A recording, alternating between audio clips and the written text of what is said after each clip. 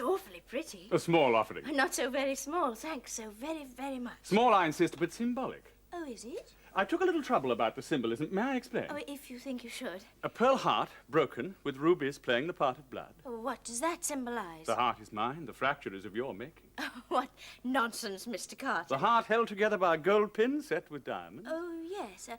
What does the pin mean? I shall come to the pin later. The whole surmounted by an earl's coronet. I understand that. Your forthcoming marriage to Lord Mickleham, the cause of the breaking.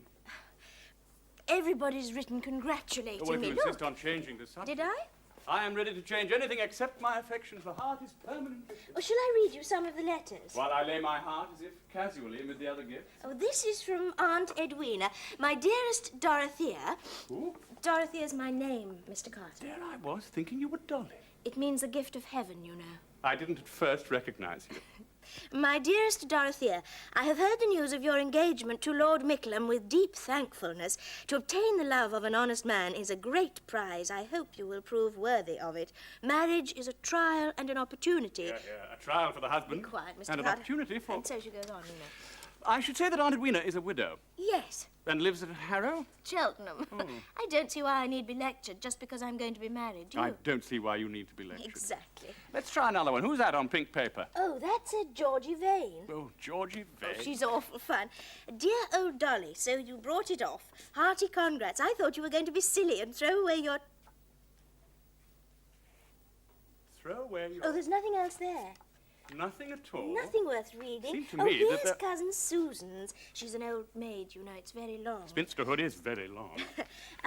It is useless for me to deny that when you stayed with me, I thought you were addicted to frivolity. Doubtless marriage will sober you. A very proper thought. I think it's depressing. Your marriage is depressing. Some? Oh, this is from my sister-in-law, Mrs. Algernon Foster. The daughter of Lord Doldrums, wasn't she? Yes. I believe that any woman who, conscientiously underlined, does her duty, can, underlined, find happiness in married life, even though she can look for few of the lighter, underlined pleasures. I say, do you think it's really like that? There is still time to draw back. I shan't go on with it. The marriage? The letter. Let's get back to Georgie Vane. Oh, there's old Lady M. M? Old Lady Mickleham, Archie's mother. Ah, yes, the fearsome dowager. Archie is rather particular, as his dear father was, but he has a very good heart and is not fidgety about his meals. Archie's, you see, it's all about Archie. Well, naturally. Well, I suppose I count a little too. Well, countesses must count at least a little. Listen, let's go on with Georgie Vane. Oh, there's lots from girls. Here's one from Maud Tottenham. It's rather amusing. I've never found Maud Tottenham amusing. I used to know your fiancé slightly. He seemed very nice, but it's quite a while ago now. I hope he is really fond of you and that it is not a mere fancy. Is that amusing? She tried to catch him herself. Oh, I see. Well, one needs to know that. The others aren't very interesting. Then let's finish Georgie Vane. Really? Yes, really. Well, if you don't mind, I don't. Well, I hope I shan't mind. Where was I? I thought you were going to be silly and throw away your... Yes. I thought you were going to be silly and throw away your chances on some of the men who used to flirt with you. Archie Mickleham may not be a genius, but he's a good fellow and a swell and rich. He's not a pauper like Phil Meadows or a snob like Charlie Dawson or a... Shall I go on, Mr. Carter? Oh, no, I shan't. I didn't see what it said. Do please go on. Oh, no, I can't. Then I will. Mr. Carter, give me that letter. Mr. Carter! For a spendthrift, like that man you used to go on with at such a pace at Monte Carlo Give it to last me winter. immediately. No doubt he was charming, my dear, and no doubt anybody would have thought you meant it, but I never doubted you, clever girl. Ha-ha, still, weren't you? You are a very... Lord Mickleham. Morning, Dolly. Morning, Carter, my boy. Morning, Mickleham. Chasing Dolly around the tables, eh? On the contrary, she was chasing me. Oh, yes. While we discussed an interesting fact. Oh, what's that? I was in Monte Carlo last winter. Yes. There you were. Saw you there. So you did. First met Dolly. That's right. Is that all? I thought you were a gentleman. More a spendthrift than a gentleman. Good morning, Miss Foster. Good morning, Mickleham. Good morning, Carter. Good morning, Mr. Carter. Mr. Carter, my lady.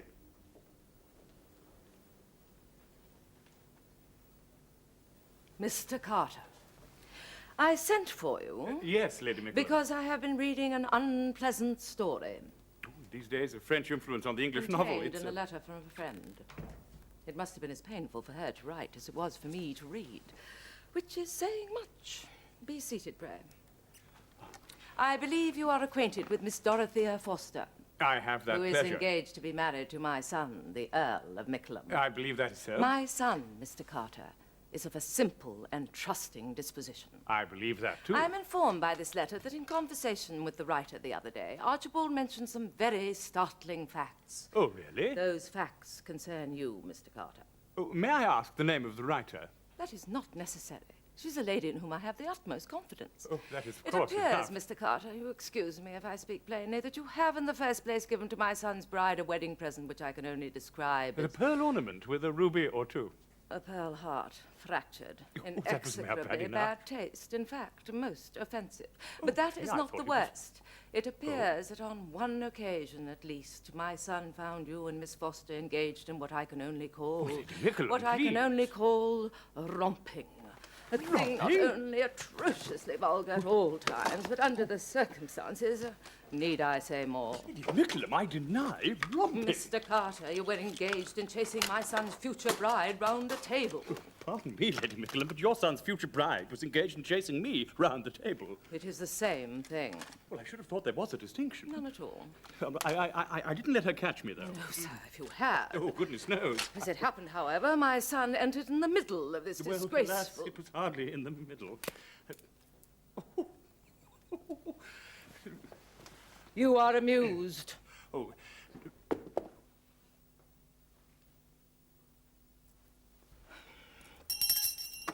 It is not probable that after Miss Foster's marriage you will meet her often. You will move in somewhat different oh, circles. yes. Well, of course, I might catch a glimpse of her in her carriage from the top of my bus. Your Amelia and my son's? Oh, yes, indeed. I know his valet, though. You rang, my lady. Mr. Carter is leaving?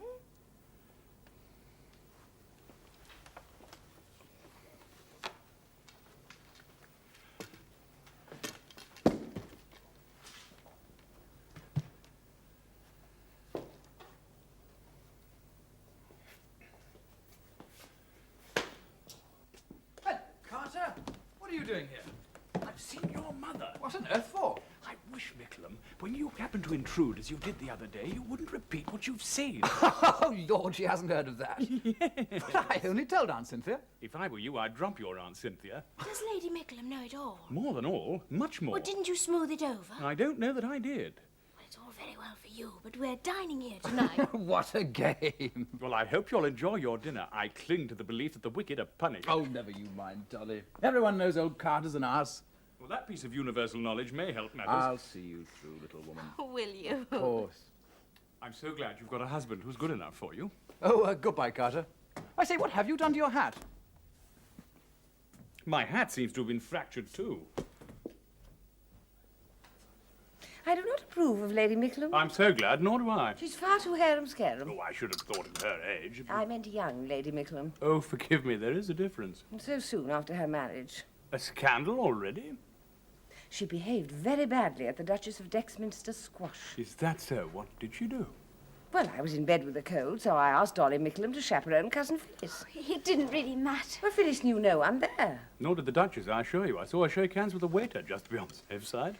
As soon as they got there, Dolly simply disappeared for an hour or more, Good. leaving poor Phyllis to wander about by herself. It didn't really matter. Did you ever hear of anything more atrocious? Never. Dear Sir John Berry found her at last. Found Phyllis? Found Lady Mickleham in a little nook under the stairs. A little nook, indeed. There was a settee there, and she had been talking with a man all that time. I didn't. Well, I cannot think what Lord Mickleham is doing. You mean what Lady Mickleham was doing? Well, anything might have happened to poor Phyllis. Oh, there weren't many of the aristocracy there. She was reasonably safe. She is the most disgraceful flirt in London. What, Phyllis? Surely not. Lady Mickleham. Ah, but how do you know she was flirting? How do I know? Well, it's a very hasty conclusion. Sometimes you and I talk for an hour or more. Are you therefore flirting with me? With you. Well, absurd as the supposition is. Lady Mickleham might have been talking with a friend, just in the quiet sort of rational way in which we are talking now. I do not think that is likely. Yet it happens to be true. Lord Mickleham told you, I suppose, and I suppose Lady Mickleham told him, poor man. Why do you call him poor man? Never mind. Did he tell you? The fact is, you must forgive me for having kept you in the dark a little. What are you going to say? The fact is, I was the man with Lady Mickleham when Sir John Berry came along, you know? I am deeply pained. I was sure you'd forgive my momentary deception. I would never have thought it of you. But I didn't know about Miss Phyllis. I didn't mind. Yes, but Please, don't shuffle about like that. do you mean that I'm to go? I hope we shall see you again someday. Well, Lady Mickleham and I, on the occasion in... Pray spare me. Will you be at home on Thursday? I have a great many people coming already. Well, I can take a hint. I wish you would take warning. I shall take my leave. Goodbye, Miss Phyllis. Goodbye.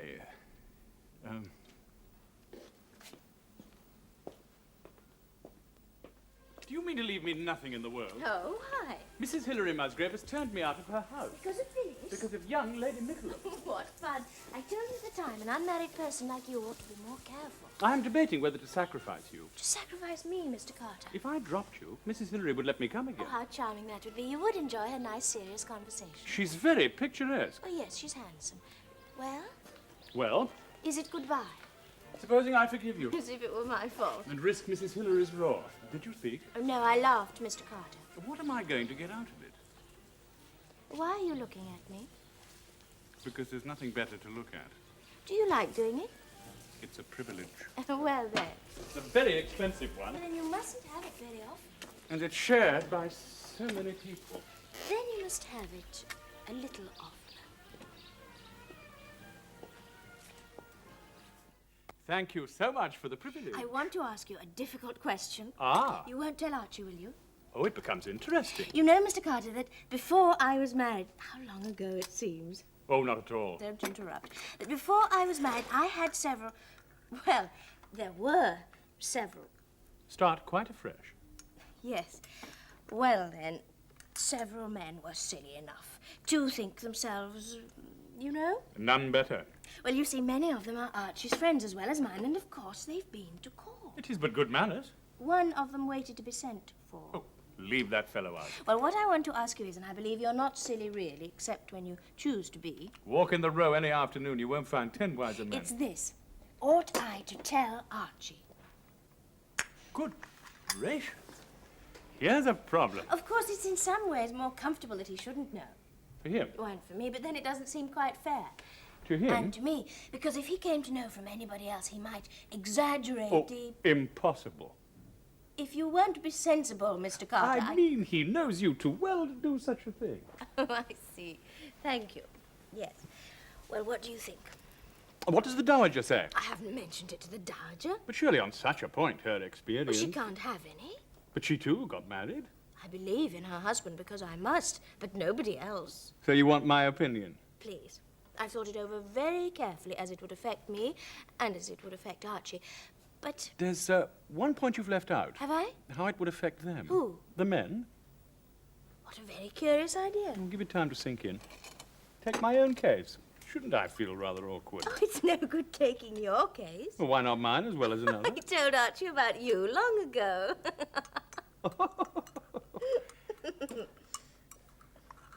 Why not be guided by Archie's example? His example, what's that? I don't know, but I suppose you do. What do you mean, Mr. Carter? Well, has he told you about Maggie Dean? I've never heard of her. Or Lily Courtney? That girl. Or Alice Layton? The red-haired lady. Or Florence Cunliffe? Who's she? Or Millie Traherne? She squints. Or Jessie? Stop. Why should he tell me? I see he hasn't. Nor, I suppose, about Sylvia Fenton, or that Delancey girl, or the handsome Miss What's-her-name. Hold your tongue and tell me what you mean. Lady Mickleham, if your husband has not thought fit to mention these ladies and Do you others, mean to tell me that Archie... it seems to me that what is source for the, well, that a husband and wife should stand on an equal footing in these matters. Alice Layton was a positive fright. Well, she came just before you. And that horrible Sylvia Fenton. Ah, well, he hadn't known you long then. As I was saying, I think you should treat him just as he has treated you. In my case, it seems to be too late. Oh, I'm sorry I told him about you. Oh, it's of no consequence now. I'd never have thought it of Archie. I don't suppose he thinks it of you. I won't tell him a single word. Who was that last girl you mentioned? Oh, is it any use trying to remember all the names? May I have more tea? Archie will be back soon. I shall leave 10 minutes before he arrives. It might annoy him to find me here while he wants to talk to you. I want to talk to him. Now, you won't I shall repeat. find out for myself. I'm so glad I've removed all your troubles. Yes. Thank you. I know what to do now, Mr. Carter. Always send for me if you're in any trouble. I have some experience. Oh, yes, Algy Groom. His father gave him £100 and sent him to Paris for 3 months to learn French. You're very liberal, too. Depends where you dine. That question didn't arise. On the day he arrived, Algy went straight to the Grand Prix. Horse race. Well, certainly the competitors are horses. He lost it all. How disgusting. Oh, well, my dear, boys will be boys. And even that wouldn't matter if we could only prevent girls from being girls. Well, he grossly deceived his father. We have all grossly deceived our parents before now. You speak for your own sex. And for yours. You used to meet Hilary when your father wasn't there. Father had authorised our acquaintance, hadn't he, Hilary? Yes, I think so, my dear. I hate quibbles. And even Miss Phyllis has been known, haven't you? Never mind him, Phyllis. Haven't you, Miss Phyllis? Yes. Once. Ah! Out with it! Come along, Miss Phyllis. We won't tell. Honour bright. Phyllis, I'm not at all Well, it sure. only happened last summer. Well, still. In my last term at school. I know that age. My window looked out on the street and there was a house opposite. With a young man in it? How did you know? Oh, no girls' school can keep up its numbers without one. I and 2 other girls went to lectures at the town hall on literature. We used to have a shilling given us for our tickets. Precisely. £100. No, a shilling. That's right. One day on the way there it was foggy and I lost the other girls. Other girls are always easy to lose. And he found me in the fog, but we couldn't find the town hall. Phyllis. But we found a tea shop. Precisely. The Grand Prix. He had no money at all, so we had tea on the... Shilling? Yes. An exact parallel. And we were examined on that lecture, but I read up the report in the local paper and I got top marks. And Miss Green wrote to Mother to say how well I'd done. And you never told your mother, Phyllis? Oh, no, Cousin May. The parallel is obvious and complete. As £100 are to a shilling, so is the Grand Prix to the young man opposite. You're not saying that Phyllis is like Algy Groom. I am simply saying, oh, divine house opposite. Charming house opposite. What is a man's own dull, uneventful home compared to that glorious house opposite? Oh, would that I might dwell forever in the house opposite. I haven't the least idea what you mean. Have you no longing for the house opposite? No. None. But you do remember the house when it was opposite? Yes, I think we do. Oh, thank you so much for the phrase, Miss Phyllis. I shall go and bid my cabman drive to the house opposite. Do you think you will ever get there? Well, one can but hope.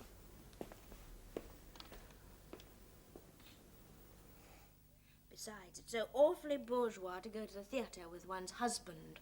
Bourgeois is an epithet that the aristocracy apply to what is decent. But it's not a nice thing to be. Well, you're in no danger of it. How would you describe me, then? As being a little lower than the angels. How much lower? Just by the depths of your dimples. I thought we never mentioned them now, Mr. Carter. Did we ever? I seem to remember. One evening in Monte Carlo, you were in very low spirits. I was in very low water on more than one evening there. You said you'd wasted your life, your time, and your opportunities. You mustn't suppose that I never have any proper feelings. And your only hope was in gaining the affection of Surely, I wasn't so foolish. You were sitting close by me. Oh, well, then it doesn't count. On a bench. Do you remember the bench? No, I don't. When did you forget it? On the day that you were buried. Well, anyway, you said then what you couldn't possibly have meant. Well, I dare say I often did. That they were the most... That what were? Well, what we're talking about. No, the blemishes. Yes, the blemishes. That they were the most... Oh, well, that was a façon de parler. You weren't sincere. Well, judge me by yourself. But I said nothing. That was incomparably the most artistic thing to do. Do you remember the dreadful thing that happened that same evening? It chances to remain in the memory. I've always thought it kind of you not to speak of it. It is best forgotten. We'd have said the same about anybody. We were only trying to be smart. And it was horribly unjust. I agree with you, Lady Mickleham. But we didn't know anything about him then. We were not really to blame. And he oughtn't to have worn that suit. It was hideous. Anybody would have looked absurd in it. Anybody? We ought to have known he was a gentleman. Well, it's all put right now. Do you remember the Mamma's face when we described? Oh, that was a terrible I moment. said he was ugly. Oh, I said something worse. She knew at once. Saw it in from a our moment. description. Mamma is a little like the Dowager sometimes. There is a touch now and then. And when she introduced me to him the next day, I absolutely blushed. I don't altogether wonder. Just a week later, you went home. Just exactly 1 week.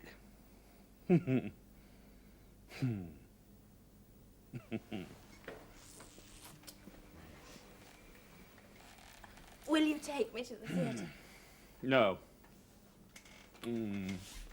Yes, I'm unreasonable. Sometimes you are. I have much to be thankful for.